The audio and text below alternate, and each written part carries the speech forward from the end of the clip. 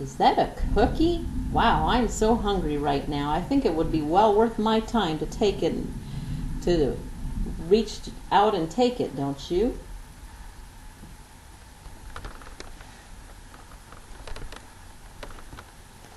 Just like the analogy of the cookie, our goals must be reached out for and something we have to work on every day in order to attain them. But how do you figure this works for a young girl who was born with a deadly disease that was transmitted from her mother, then the loss of her mother, abuse, and poverty? My book talk today is a narrative nonfiction account about a young girl. The book is titled Anna's Story, A Journey of Hope by Jenna Bush, based on her work with UNICEF. Anna tells of her story about reaching for and wanting safety and acceptance. In this book, Anna tells about how hard her life was from the very beginning. But through her resilience and courage, she continues her journey towards new beginnings, new sorrows, and new hope. I want to read an excerpt from the book that kind of highlights some of the difficulty Anna faced early in her life. Anna's abuela worked hard to keep her granddaughters fed. She was stern and believed in strict discipline. By the time she was in her early 40s, she had already raised 4 children. Abuela stood no more than 5 feet 2 inches tall and had a strong, solid build. She wore her long black hair pulled back in a severe bun. Only a few silver-gray strands streaked from her temples. When Anna tried to ask her abuela about the past, why her mama and Lucia died, her grandmother had snapped, "Don't worry about it, just do as you're told." So Anna stopped asking questions. She didn't know why she took medicine every day. When Anna was 10 years old, her abuela decided she was old enough to learn the truth. "Mi nieta, my granddaughter, these pills are for HIV/AIDS, she said. "You were infected with HIV when you were born.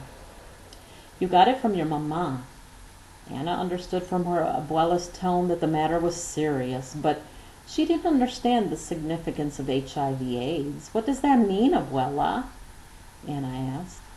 "It means take your medicine every day," her abuela said forcefully. "That's all you need to know." The pills help to control the HIV infection that causes AIDS. Without the pills, Anna's immune system would become weaker, and she would be vulnerable to a wide range of diseases. But all her abuela said was, "Anna, this is a secret that you must never, ever tell anybody. Not even your best friend or any other amigas. Never." This is only one of the initial obstacles that was set before Anna, but yet she continues to press forward in spite of them. This is the book to read for an eye-opening, first-hand perspective on how poverty, abuse, social status, and AIDS affects a person like Anna and how she continues to face those challenges head-on. This book will inspire you to want to help in any way possible. Another author who writes about such topics is Dr. Paul Farmer, who writes from a physician's perspective. He's a physician and an anthropologist who has written about books about his missions as a doctor in Haiti. Anna's Story is a book that you can read and take to your book club for endless thought-provoking discussions. Poverty, abuse, social status, AIDS are elements that are prevalent all around the world, and yes, even in our country today. To look away, keep it a secret, pretend it's not there, will simply not make them go away. What would you do if you were Anna? I recommend that you read this book.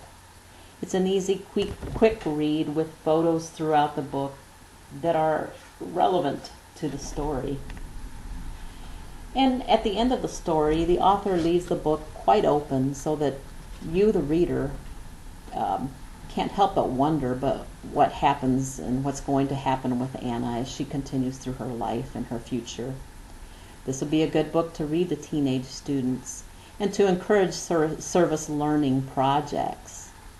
It would benefit our children greatly to look outside of themselves to a world that is hurting and in need. I challenge you to pick this up and why not read it and see for yourself. You'll like it.